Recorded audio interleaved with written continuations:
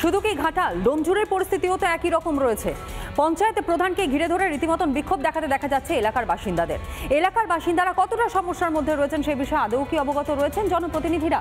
যে ছবিটা এই মুহূর্তে আপনাদের সামনে আমরা তুলে ধরছি, ডোমজুড়ের বেগুড়ি পঞ্চায়েতের সখারিদহ প্রাথমিক বিদ্যালয়, সেখানে আমাদের পাড়া শিবিরে পঞ্চায়েত প্রধানকে ঘিরে ধরে বিক্ষোভ গ্রামবাসীদের।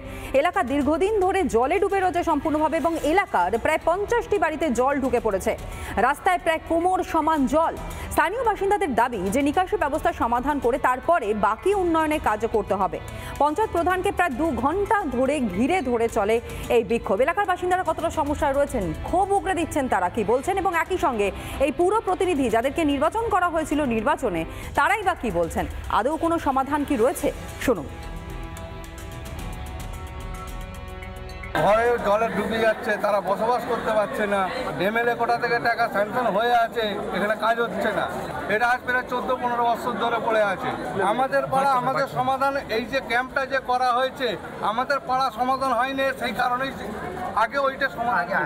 এখন সব থেকে বড় মশলা হচ্ছে ওইটাই, জল নিকাশি। এটা জনসাধারণ ভোট দিয়েছে জনসাধারণ কাজের জন্যে। জনসাধারণ যেদিন সেই সহায়তা পায় আর কি করবে, বাধ্য হয়ে আমাদেরকে এই ক্যাম্প আমাদেরকে আটকাতে হচ্ছে। পঞ্চায়েত তার সিস্টেম অনুযায়ী টেন্ডার করেন এবং সে তার নিজের পকেটের লোক, তার নিজের কাছের লোক সানি মল্লিক, সানি কনস্ট্রাকশনকে দায়িত্ব দেয় এবং সেই 24 ফুট নয়নজুলিটাকে বন্ধ করে 8 ফুটে পরিণত করে কাজটা করে দেওয়া হলো। আজকে নয়নজুলিগুলো যখন 24 ফুট 25 ফুট নয়নজুলি যদি আজকে বন্ধ হয়ে গিয়ে 8 ফুটে হয়, তা জলটা যাবে কোথায়?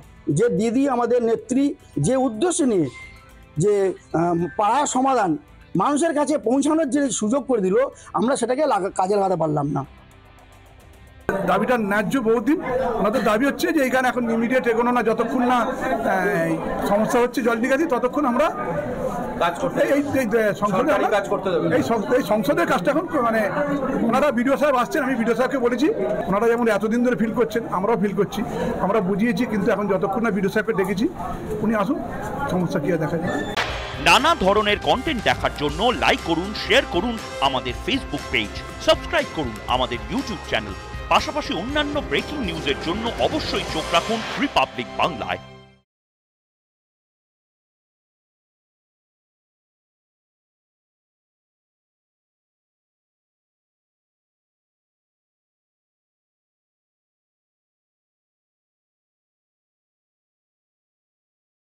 নানা ধরনের কন্টেন্ট দেখার জন্য লাইক করুন, শেয়ার করুন আমাদের ফেসবুক পেজ, সাবস্ক্রাইব করুন আমাদের ইউটিউব চ্যানেল। পাশাপাশি অন্যান্য ব্রেকিং নিউজের জন্য অবশ্যই চোখ রাখুন রিপাবলিক বাংলায়।